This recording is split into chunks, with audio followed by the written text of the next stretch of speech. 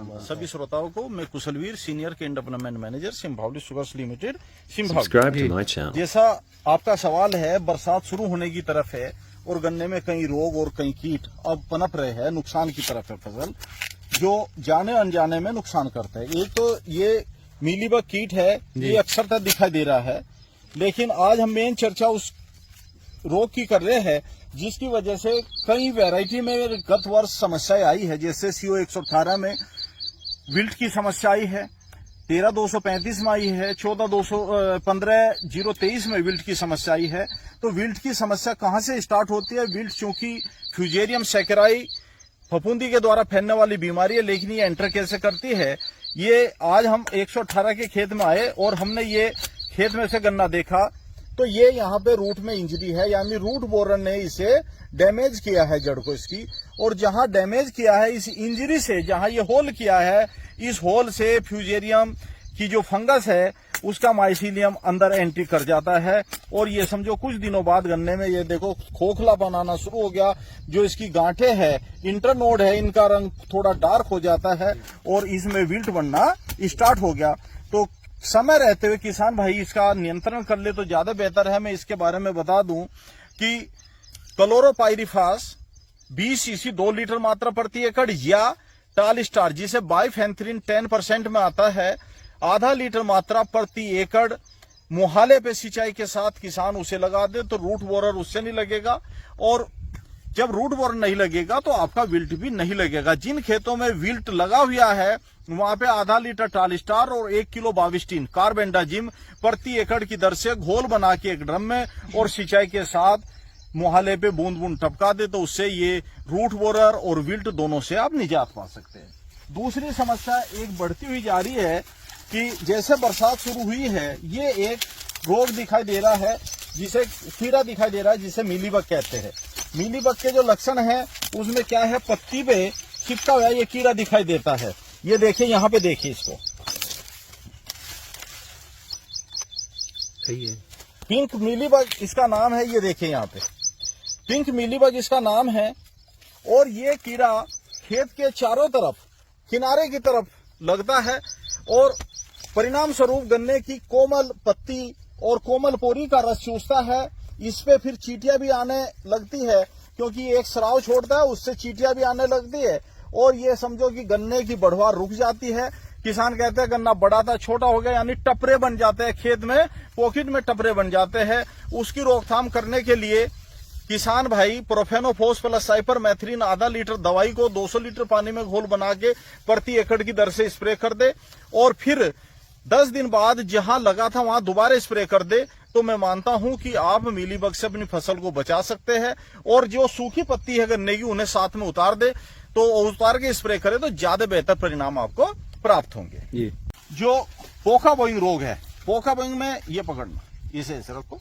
हाँ, ये पोका बोइंग में क्या होता है कि पोका बोइंग जिसे टॉप रोट फंगल कहते हैं, उसके ये सिम्टम्स है। जो गन्ने का मुख्य बढ़वार बिंदु है वो गल के नष्ट हो जाता है, उसकी पत्ती गल के टूट जाती है और ये गन्ने की बढ़वार रुक जाती है।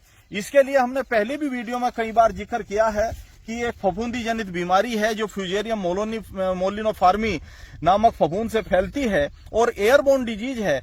जब हल्की बारिश होती है, धूप तेज नहीं निकलती है, नम और गर्म मौसम रहता है, वातावरण में नमी और तापक्रम अधिक रहते हैं, तब ये बीमारी फैलती है। इसकी रोकथाम करने के लिए चाहे तो कोनिका 300 से 350 ग्राम प्रति एकड़ की दर से, या एक दवाई लेवल क्लेम नहीं है लेकिन उसके भी अच्छे परिणाम मिले हैं, टकासी मोरास कंपनी की टकासी जिसमें एजोक्सिस्ट्रोबिन 18.2% और डाइफेनोकोनाजोल 11.4% है, तो उससे भी बहुत अच्छे परिणाम प्राप्त हुए हैं।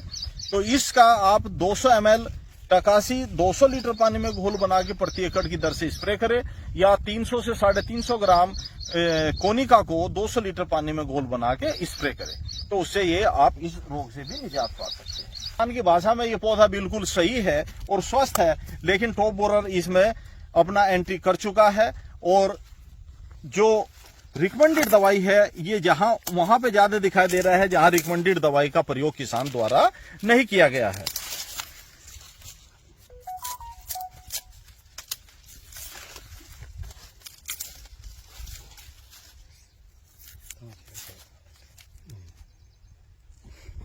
ले बेटे हाथ कर ले।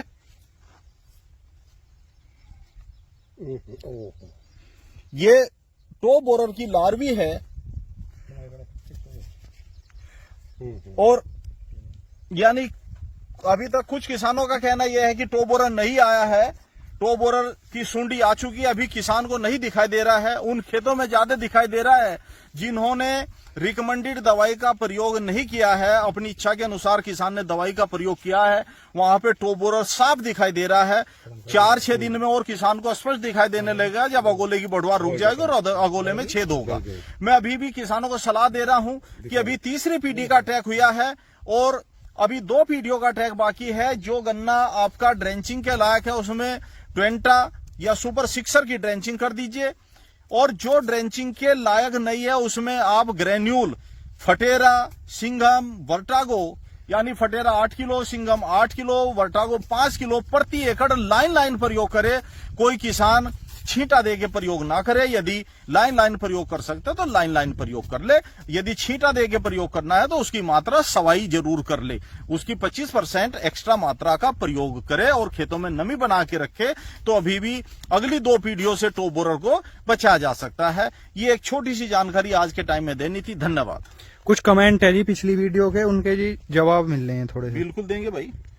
पहला कमेंट है जी मानविक सिंह का, गन्ना वैरायटी 86-032 है, उसकी गोब सूख रही है, गोब को निकालने के बाद उसमें से बहुत बदबू आ रही है, इसके बारे में बताएं क्या इलाज है। क्या यह बीमारी, गन्ना मार्च में लगाया था, मई में ट्वेंटा लगाई थी, उसी खेत में गन्ना वैरायटी 118 सेम तारीख में लगाया और यह बीमारी उसमें नहीं है। देखो ये तो वेरी करता है, हर खेत में हर वैरायटी में कोई बीमारी होनी जरूरी नहीं है, लेकिन जहां बीमारी लगी है वहां इलाज करना जरूरी है।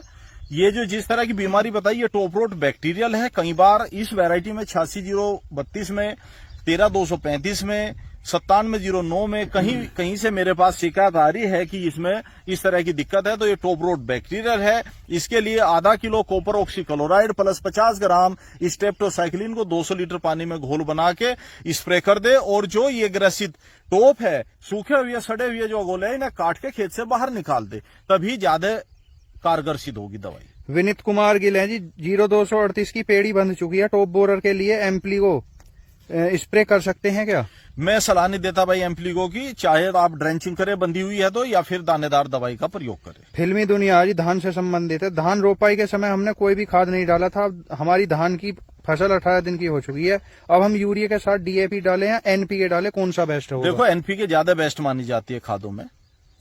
कोरा और भी है ये कोरा, जिनका स्प्रे करने के बाद जिब्रेलिक एसिड और क्रांति माइक्रो न्यूट्रिएंट का उपयोग कितने दिन बाद करें और बारिश कितनी देर तक ना हो तब यह बढ़िया काम करेगा? देखो कोराजन करने के बाद अभी कोराजन की ड्रेंचिंग होती है, उसी खेत में जब पानी लगाए, चाहे पानी से पहले या पानी के बाद आप इसका स्प्रे कर सकते हैं, और स्प्रे के 4 घंटे बाद बारिश नहीं होती तो सभी दवाइयों का अच्छा रिजल्ट मिलता है। अमन त्यागी है जी, पहले ट्वेंटा की ड्रेंचिंग की थी, क्या अब उसमें फिर से CTPR यूज कर सकते हैं? यदि 60 दिन हो चुके ड्रेंचिंग किए हुए तो कर देना चाहिए, और 60 दिन से कम है तो नहीं करना चाहिए। ये है जी राजीव वर्मा, इस समय गन्ने में कौन सी खाद दे सकते हैं, लंबाई और मोटाई के लिए प्लीज जानकारी दें। देखो यदि सल्फर नहीं डाला तो सल्फर WDG 3 किलो डाल सकते हैं, और 15 से 20 किलो आप कैल्शियम नाइट्रेट डाल सकते हैं, ये आप प्रति एकड़ के हिसाब से दे सकते हैं। मुकुल शर्मा जी कह रहे हैं, सर फटेरा डालने के बाद भी टॉप बोरर दिखाई दे रहा है, अब कौन सी स्प्रे लगाएं? रिप्लाई ये रिप्लाई पूछ रहे हैं, तो फटेरा बिखेर के डाला होगा जहां तक मेरा मानना है इन्होंने, और लाइन डालते तो समस्या कम आती, और दिखाई दे रहा है तो स्प्रे से टॉप बोरर बिल्कुल कंट्रोल नहीं होगा। उसके लिए आपको सिस्टमिक दवाई की ड्रेंचिंग या फिर ग्रेन्यूल ही प्रयोग करना पड़ेगा।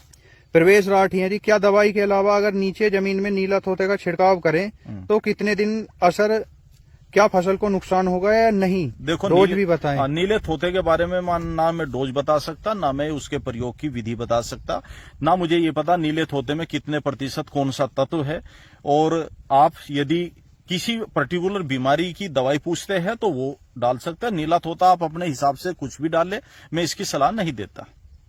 जी राजमोहन है, ये कह रहे डॉक्टर साहब की सभी बात मानकर गन्ने की खेती कर रहा हूँ। मेरा एक क्वेश्चन है कि एम स्टार टॉप के साथ एनपीके और सीजेंटा की क्वांटिटीज लगा सकते हैं क्या? बिल्कुल लगा सकते हैं, लेकिन मैं ये भी पूछ रहा हूँ, यदि मेरी बात मान रहे हैं और उससे लाभ हो रहा हो तो ये भी बता देना कि लाभ हुआ, और नुकसान हुआ हो तो मैं वीडियो भी बनानी छोड़ दूंगा, वो ये भी बता देगी आपकी बात मान के मुझे ये हानि हुई है या लाभ हुआ है। अंकुल कुमार यादव है जी, ये कह रहे हैं क्या सीओसी और एम स्टार टॉप स्प्रे एक साथ कर सकते हैं? सीओसी और एम स्टार टॉप को एक साथ करने की जरूरत ही नहीं है, चाहे सीओसी करे या एम स्टार टॉप करे, इनमें से एक करे। सुभाष चंद्र जी ये कह रहे हैं सर ज्वार में पत्ते गोब खाने वाला कीड़ा गन्ने के पत्ते गोब भी खा रहा है, प्लीज उपाय बताएं, खेत में बुरा हाल कर दिया है। ये इतनी लंबी सूंडी होती है, लगभग फॉल आर्मी वर्म इसका नाम है, मोटी सी सूंडी होती है और ये गन्ने की पत्तियों को, चारे की पत्तियों को खाती है और अपनी विष्ठा वहीं पे छोड़ती रहती है। गंदगी सी भी दिखाई दे रही होगी, उसके लिए एक हफ्ते के अंतर से 2 स्प्रे इनको करने पड़ेंगे। प्रोफेनोफोस साइपर के कर दीजिए या टालिस्टार या बाइफेंथ्रिन के कर सकते हैं। बाइफेंथ्रिन 300 से 400 ml प्रति एकड़ और प्रोफेनोफोस साइपर मैथ्रिन आधा लीटर प्रति एकड़।